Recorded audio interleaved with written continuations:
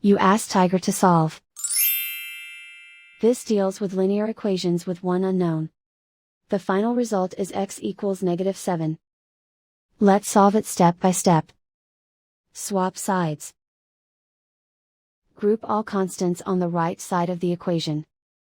Add 5 to both sides. Simplify the arithmetic.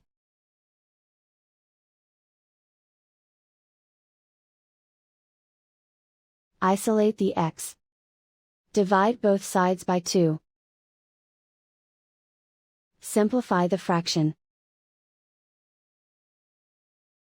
Find the greatest common factor of the numerator and denominator.